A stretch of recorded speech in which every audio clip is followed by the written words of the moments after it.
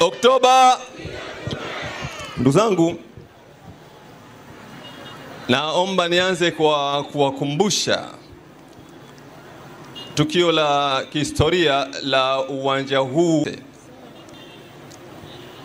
Tarehe 22 mwezi wa 10 mwaka 2010 mimi nilisimama kwenye jukwaa hili hapa. Ilikuwa ni wakati wa uchaguzi mkuu wa rais wa bunge na madiwani mwaka 2010. Mkutano ule ambao niliohutubia hapa ulikuwa baada ya maandamano makubwa ambayo tuliyafanya kuanzia viwanja vya Mnazi Mmoja, hatimaye tukamalizia katika viwanja hivi vya Bahresa. Katika mkutano ule wazungumzaji wakuu walikuwa ni wawili. Mzungumzaji wa kwanza alikuwa ni Maalim Ali Basale ambaye ni marehemu, ambaye yeye alielezea wasifu wa wagombea urais na ubunge waliokuwepo wakati ule katika uchaguzi ule wa 2010. Na mzungumzaji wa pili nilikuwa ni mimi, ambaye mimi nilizungumzia science ya uchaguzi ule wa 2010. Matokeo ndugu zangu yalivyokuwa ni kwamba katika uchaguzi ule tulichokuwa tunakifanya sisi ilikuwa ni kutoa elimu ya uraia, yani kuwaelimisha wananchi hali halisi ya siasa zilivyo na ni vipi wananchi wanaweza wakaleta mabadiliko katika uchaguzi ule au kupitia uchaguzi ule wa 2010. Ndugu zangu, elimu ile tuliyoifanya katika uchaguzi ule 2010 ilileta matokeo makubwa kabisa. Wakati ule sheria zilikuwa ni hizi, sawa na hizi zilizopo, hizi sheria za uchaguzi, sheria ambazo ndizo ambazo zilizokuwepo wakati ule. Sisi tuliwaelimisha wananchi kwamba sheria zilizopo zina sura hii, ziko hivi, sio sheria nzuri, hazileti haki, hazitoi haki kwa wananchi, kwa wapiga kura. Lakini tukawaelimisha ni vipi watasimama katika mazingira hayo ili matokeo yaweze kuwa mazuri, waweze kupata viongozi ambao wametokana na ridha yao, viongozi ambao ni halali. Ndugu zangu, matokeo ya uchaguzi ule 2010 yalikuwa makubwa sana. Kutokana na ile hali ya siasa nchi yetu ya mabadiliko na ule ugumu wa sheria zilikuwepo, matokeo ya uchaguzi wa 2010 yalikuwa mazuri sana kwenye kambi ya upinzani ukilinganisha na matokeo ya huko nyuma au ya wakati tulionao sasa hivi. Wakati ule kambi ya upinzani ilipata wabunge 42 na madiwani zaidi ya 900 katika uchaguzi wa 2010. Sheria zilikuwa kama hizi. Tulichokifanya sisi, tuliwaelimisha wananchi umuhimu wa kusimama na kuwa tayari kupiga kura, lakini kuwa tayari kulinda kura. Na utamaduni ule uliendelea kuwa na matokeo mazuri, tamaduni wa kulinda kura. Ushahidi ni mkubwa sana wa kutosha. Wabunge wote, yani asilimia kubwa ya wabunge wa vyama vya upinzani walioingia bungeni, hakuna mbunge ambaye wabunge wote ulitumika msuli wa wananchi ndipo ikamtangaza. Halima Mdee Kawe haikuwa rais, alitangazwa baada ya wananchi kusimama, wakasimama kidete. Kwanza walilinda kura, lakini pia walilazimisha kutangazwa, wakatangazwa. God bless Lema haikuwa rais, walikuwa hawataki kutangaza, lakini wananchi walijitokeza, wakapiga kura, wakalinda kura na wakalazimisha atangazwe na katangazwa. Yani asilimia kubwa ya wabunge wote wa vyama vya upinzani, kanuni iliyotumika ilikuwa ni kulinda kura na kuhakikisha kwamba yule aliyopata ridhaa ya wananchi ndiye anayetangazwa. Ndugu zangu,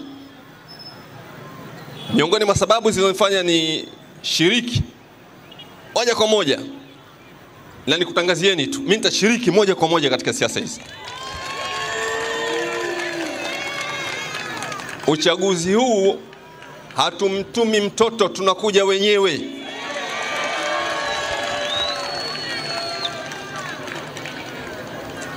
Sisi ni walimu. Mimi nashiriki siasa hizi toka vyama vingi 1992. Nimeshiriki kwenye kuasisi vyama vya siasa, sera, lakini pia kuandaa umma, kuandaa vijana. Huko nyuma kama mlikuwa mnasikia yale slogan ya Lingangari, ndo sisi. Kwa hivyo ni muhimu ndugu zangu, mapambano ya nje ni magumu sana. Lazima upambane ndani ya eneo la vita. Mapambano nje ya uwanja ni magumu. Mapambano muhimu ni ndani ya medani, ndani ya nchi. Unapambana ndani ya nchi, ndipo unapoweza kumtoa mpinzani wako. Lakini ukikaa nje, Kenya, huko Uganda, alafu unaendesha mapambano kumtoa mtawala alikuwepo ndani ya nchi, kazi kubwa sana. Lazima mbanane pale pale mlipo, ndipo unapoweza kumtoa madui yako. Ndugu zangu, nimegusia historia ya hapa ili itusaidie kutosha kwamba tunaweza kabisa tukashiriki uchaguzi na uchaguzi huu wa 2025 na tukapata watu ambao wanaweza kwenda kwenye vyombo vya maamuzi, udiwani na ubunge, na ikiwezekana urais pia vile vile. Hili linawezekana kabisa kwa kutumia mbinu zile zile ambazo tumezitumia katika chaguzi za nyuma, katika sheria hizo zombovu. Mbinu zile zile tukizitumia katika sheria hizo zombovu, lazima watatangazwa watu. Wale ambao wanaokwenda pale wanaosimamia wasimamizi, ndugu zetu polisi, wasimamizi wa uchaguzi, wale ni binadamu kama sisi. Tunaelewana? Wao ni binadamu. Ni binadamu kama tulivyo sisi. Inakuwaje ufike mahala ushinde kuelewana na binadamu wenzako? Mtaelewana tu. Sawa? Kuelewana tutaelewana. Hatuwezi kuelewana. Lugha tutatumia lugha ambazo za kueleweka, au sio? Kila mahala kuna lugha yake, ndio mnaelewana. Kwa hivyo tushiriki. Maana yake hata kama tuna nguvu ya kuzuia, si ndio? Hiyo nguvu ina mahala pake pazuri, ni pale ambapo mtu kaiba, unamzuia siibe. Tunaelewana? Alioiba uchaguzi, alioiba kura, anataka kutangazwa, unazuia sitangazwe. Tunaelewana? Tutumie nguvu zetu katika maeneo muhimu. Tukifanya hivyo, kwanza tutakuwa tunajenga ujasiri kwa watu wetu wa kupambana juu ya kutetea haki zao, lakini tuna matumaini pia tutakuwa na matokeo mazuri ya uchaguzi. Ndugu zangu, baada ya haya maelezo ya utambulisho wa kile ambacho tulichokifanya 2010 na matokeo, nirudi kwenye historia kidogo. Kwa nini sisi viongozi wa dini tunashiriki siasa, na kwa nini labda mimi nimepitia kwenye chama cha ACT Wazalendo? Makamu mwenyekiti ametoa historia Makamu mwenyekiti ametoa historia hapa ya wazalendo huko nyuma ambao waliishi kwenye serikali ya ukandamizaji ya wakoloni na hatimaye wakasimama mstari wa mbele wakapambana na hatimaye tukapata uhuru. Historia aliyotaja kawataja kina Mkwawa, kina Kinjekitile. Hao watu wanatajwa kama wazee wa enzi hizo, lakini wale watu walikuwa ni viongozi wa dini. Songea kiongozi wa dini, Mkwawa kiongozi wa dini, na walipambana na serikali ya ukoloni ambayo ilikuwa inakandamiza wananchi. Lakini wao pia ndio waliowarithisha hawa waliokuja katika zama hizi za karibuni, na hatimaye viongozi wa dini ndio waliohusika katika kuanzisha chama cha TANU ambacho baadaye ndio kimeleta uhuru. Haya tunayozungumza siyazungumzi mimi tu. Haya kayazungumza Mwalimu Julius Kambarage Nyerere alipokuwa anawaaga wazee wa Dar es Salaam wakati anang'atuka kwenye siasa. Mnakumbuka? Si mnakumbuka alipozungumza? Alizungumza kwamba mimi nilikuwa peke yangu mwanasiasa, lakini walionizunguka wote walikuwa ni viongozi wa dini. Wakanipeleka Bagamoyo, wakanifungisha somu. Ilipofika jioni kasikia kichwa kinauma, nikaomba maji, wakanambia subiri kidogo, muda mfupi tu utapata panado. Panado yenyewe ilikuja kwa iftari, alipokula iftari kichwa kikapona. Amezungumza Mwalimu Nyerere. Sasa kwenye miaka ya 63 yalifanyika mageuzi makubwa sana katika siasa. Watawala au viongozi watoa viongozi wa dini kwenye siasa. Kina Sheikh Takadiri, kina Hassan bin Amiri na wengine wakawatoa kwenye siasa. Baada ya kuwatoa, wakaanzisha nadharia kwamba dini na siasa ni vitu tofauti na viongozi wa dini wasishiriki siasa. Matokeo ndugu zangu ndio hii hali ambayo tunaiona leo hii. Viongozi wa dini huko nyuma walipokuwa kwenye siasa, hali ya nchi ilikuwa nzuri. Baada ya kuondoa viongozi wa dini, wanasiasa waliobakia sasa ndio hawa ambao tunaona leo hii wanaoendelea. Hivi karibuni mimi nimefanya utafiti kidogo. Mimi wanafanya utafiti, naandika na nina vitabu. Moja ya vitabu amekitaja hapa makamu mwenyekiti. Fanya utafiti mkubwa sana kuhusiana na swala la utekaji. Limekwenda mpaka maeneo ya wananchi waliotekwa. Nimeongea na familia, nimezisaidia na nimeandika, na nikaita mkutano mkubwa katika hoteli ya City Garden.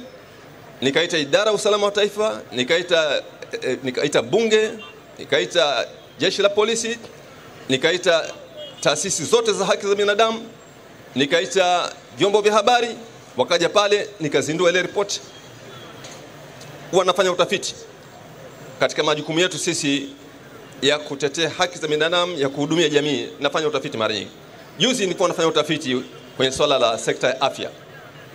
Nikaenda nikafanya utafiti kwenye moja ya serikali, kwenye hospitali za serikali. Ndugu zangu, yani hakuna ubinadamu kabisa. Mimi nilifanya utafiti kupima kiwango cha utu katika utawala wetu. Yani kiwango cha utu kimefikia kiwango gani?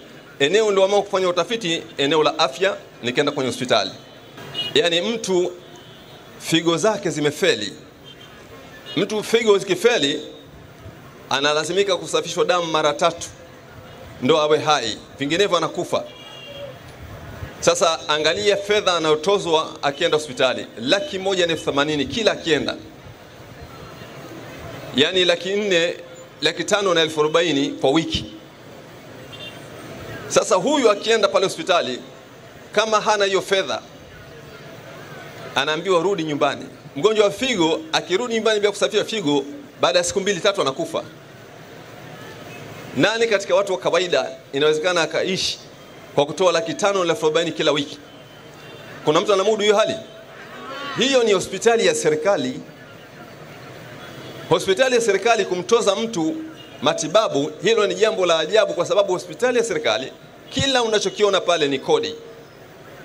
jengo limejengwa kwa kodi, mashine imenunuliwa kwa kodi, daktari mshahara wake ni kodi, dawa imenunuliwa kwa kodi, kila kitu ni kodi ile ambayo unatoa wananchi. Ndio utaratibu, kwa maana kwamba haiwezekani mimi nijenge hospitali yangu wewe ujenge ya kwako, nijenge shule yangu wewe ujenge ya kwako, nijenge barabara yangu wewe ujenge ya kwako.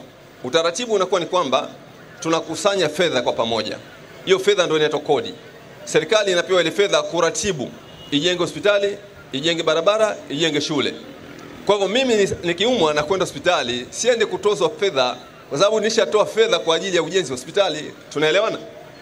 Ndio maana ya kodi. Sasa serikali ile hospitali ambayo umetoa kodi wanakutoza.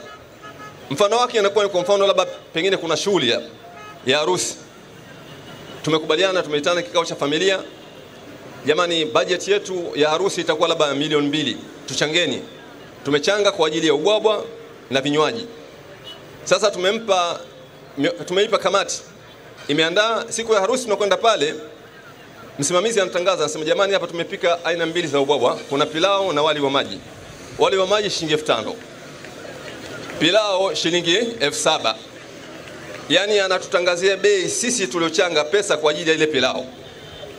Ndivyo unapofanyiwa wewe unapokwenda pale kwenye hospitali ya serikali. Hospitali ya serikali huwezi kutoza, ushatoa hela. Sasa ukienda pale hospitali leo hii, ukienda hapa hospitali, yani unatozwa fedha nyingi sana za bure. Unatibiwa hospitali, ukifariki unatozwa milioni za mali za fedha. Vinginevyo serikali inazuia ile maiti. Sasa kama hivi ndivyo ilivyo, kwa nini sisi tuendelee kubakia na utawala huu? Kuna haki yote kubakia na utawala huu? Hakuna.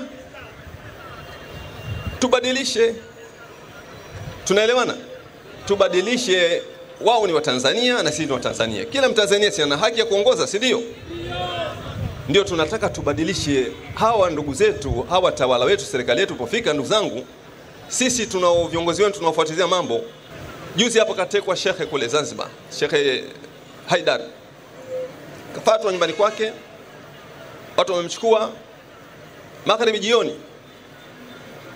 Saa 12 jioni, baada masaa 5 mtu kakotwa barabarani kafa. Sio kwamba Mwenyezi Mungu Mwenyezi Mungu ndio ametulazimisha kwamba lazima hawa walioko madarakani, Chama cha Mapinduzi kiendelee kutawala. Ingekuwa labda ni kwenye Qur'ani au kwenye Injili, sawa, lakini sio kwenye Injili wala kwenye Qur'ani. Alafu watu wanaendelea kutawala, hatuwabadilishi. Hii kanuni hatuwezi kunusurika. Tutapata tabu sana ndugu yangu. Katika ule utafiti nilikwambieni ule wa hospitali.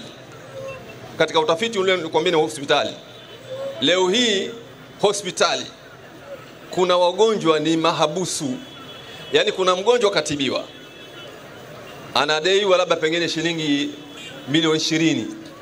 Wanadaiwa mpaka milioni 20 watu. Sasa ikiwa amepona anatakiwa alipe milioni 20. Kama hana, kule wodini kuna eneo mahsusi wanachukuliwa, wanarudishwa kule nyuma. Wanawekwa kama vile anavyowekwa mahabusu. Hii dialysis, mtu anatibiwa figo 180,000, hakuna sababu. Wao katika fedha ambayo tunachanga sisi, amesema makamu mwenyekiti, sehemu kubwa ya fedha yote inakwenda kwenye matumizi. Haya matumizi ni ya kwao. Wananunua gari moja shilingi milioni 400. Gari moja shilingi milioni 400. Wakati ukienda hapo dukani unaweza kupata gari jipya kabisa. Unaweza kupata Harrier mpya milioni 100. Milioni 100, milioni 400, ukitoa milioni 100 inabaki milioni ngapi? Milioni 300, si ndio? Haya. Milioni 300, mashine ya kusafisha damu unajua bei yake? Ni $7,800. $7,800 ni shilingi milioni 20. Kwa hivyo milioni 20 katika milioni 300 unapata mashine ngapi? Mashine 30 mashine 25. Mashine 25. Kwa hivyo unaweza kwa gari moja la mbunge unaweza kununua mashine 25 za kusafishia damu na gari la mbunge likapatikana. Sasa hao watu wana akili kweli? Manake hata ile sifa ya kuwa kiongozi haipo. Maana unatumia hovyo. Wakati pesa hiyo ingeweza kufanya mambo yote. Ingeweza kununua gari ya mbunge na ikanunua mashine chungu mzima za kusafisha damu. Kwa hivyo ndugu zangu, cha msingi ndugu zangu, tushiriki uchaguzi unaokuja 2025 na tulinde kura. Tunaelewana? Kanuni yetu ile tuliyotumia huko nyuma huko, tukaipa anwani ngangaringa ile. Tunakubaliana? Unasimama, unalinda kura, piga kura. Atakayekufuata pale kukuondoa usilinde kura yako, mwambie ni haki yangu bwana. Hii ni haki yangu, haki ya kulinda, sio haki ya polisi. Mwenye haki ya kulinda kura ni wewe mwenyewe, unalinda kura yako. Tunaelewana? Ile kura yako ndio uhai wako. Hawa ndio wanafanya maamuzi ya uhai wetu. Twende tukapige kura na tulinde kura. Mko tayari kupiga kura? Mko tayari kulinda kura? Tutawaongozeni sisi, tutakuwa mstari wa mbele. Si mnatujua? Sisi watu tuseme maneno. Hatusemi maneno matupu, tunasema na tunatenda. Tukisema maandamano tunakuwa tuko front. Tukisema kupiga kura, kulinda kura, tunalinda kura. Mko tayari kupiga kura na kulinda kura? Mtapiga kura na kulinda kura? Oktoba.